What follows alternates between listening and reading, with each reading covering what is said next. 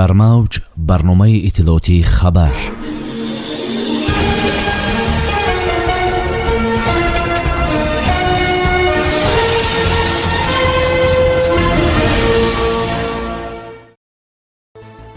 ҷаҳиши дигар бораи нархи гази моеъ дар ҷумҳурии Тоҷикистон.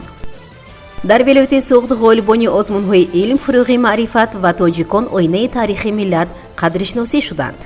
таътили тирамоҳии хонандагони мактаб чанд рӯз давом мекунад. дар гузашти Рафуат Абдусаломова аввалин натоқи телевизиони Тоҷикистон. ноҳияи Спитамен ғолиби 20-рӯзаи дуюми мавсими пахтачинӣ гардид. нархи 1 литр гази моеъ дар бархе аз нуқтаҳои фурӯши сӯзишвории вилояти Суғд то 7-8 сомонӣ расидааст. хабарнигори Спутник Тоҷикистон ки ба чанде аз навоҳии вилояти Суғд сафар кард мегӯяд, арзиши гази моеъ дар муқоиса ба як ҳафтаи қабл боз ҳам баланд шудааст. аз ҷумла қимати 1 литр гази моеъ дар навоҳии Ҷаббор Расулов, Спитамен ва Деваштичи вилояти Суғд то ба 7,5-7,8 сомонӣ дакка задааст. дар таблои нуқтаҳои фурӯши сӯзишворӣ ки наздик ба маркази ноҳия фаъолият доранд, арзиши газ 7,5 сомонӣ, вале дар деҳотҷойҳо он ба 7-8 сомонӣ баландтар шудааст, шарҳ медиҳад хабарнигор. дар суҳбатҳои сарироҳӣ фурӯшандаҳо изҳор доштанд, ки гароншавии нархи як лухти гази моеъ сабаби баландшавии нархи чаканаи он гардидааст. таҳлилҳо собит намудааст, ки ҳамасола дар остонаи фасли зимистон арзиши маводи сӯхт дар Тоҷикистон баланд мешавад. дар вилояти Суғд ғолибони даври вилоятии озмунҳои ҷумҳуриявии илм, фурӯғи маърифат ва тоҷикон оинаи таърихи миллат қадрдонӣ гардиданд. дар ин хусус Амид Ховар иттилоъ медиҳад. тазаккур дода шуд, ки озмунҳо таҳти сарпарастии роҳбари давлат пешвои муаззими миллат муҳтарам Эмомалӣ Раҳмон доир гардида, дар баландбардоштани сатҳи дониш ва маърифати аҳли ҷомеа нақши шоиста мегузоранд. тавре таъкид гардид, даври аввали озмуни илм, фурӯғи маърифат бо иштироки 42718 нафар довталаб дар муассисаҳои таълимӣ ва шаҳраку деҳоти вилоят дар сатҳи баланд гузаронида шуд. дар даври дуюми озмун беш аз 8000 нафар иштирок намуда, ба даври вилоятӣ 1222 нафар роҳ хат гирифтанд. аз рӯи натиҷаи комиссияи озмун 120 нафар ғолиби даври вилоятӣ дониста шуда, ба даври ҷумҳуриявӣ роҳ хат гирифтанд. дар озмуни тоҷикон оинаи таърихи миллат зиёда аз 35000 нафар иштирок намуда, ба даври дуюми озмун беш аз 5000 нафар роҳ хат гирифтанд.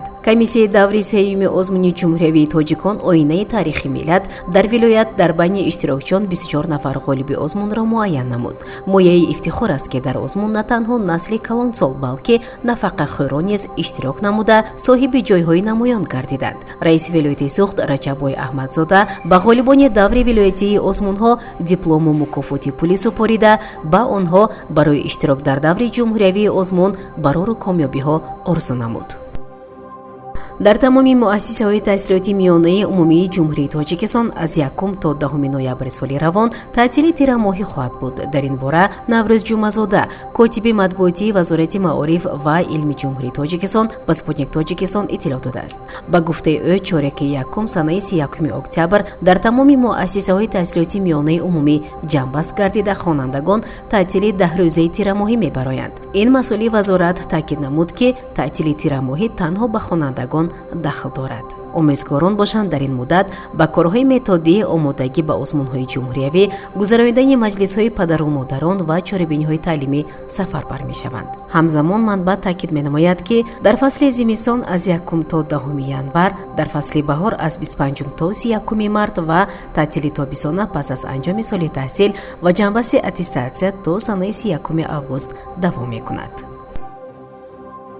Рафуат Абдусаломова, аввалин натоқи телевизиони Тоҷикистон, ровии дараҷаи олӣ ва корманди шоистаи маданияти Тоҷикистон аз олам даргузашт. дар ин бора пайвандонаш дар шабакаҳои иҷтимоӣ хабар дода гуфтанд, ки рӯзноманигор бомдоди санаи 24 октябр аз олам даргузашт. ном бурда 84 сол дошт. Рафуат Абдусаломова санаи 10 марти соли 1939 дар ҷамоати деҳоти Пӯлодони ноҳияи Конибодом таваллуд шуда, соли 1963 донишгоҳи давлатии Тоҷикистон ба номи Ленинро хатм кардааст. санаи 3 октябри соли 1959 нахустин барномаи санҷишии телевизиони Тоҷикистонро нахустин маротиба ӯ ба забони тоҷикӣ ба тамошобинон пешкаш намуд.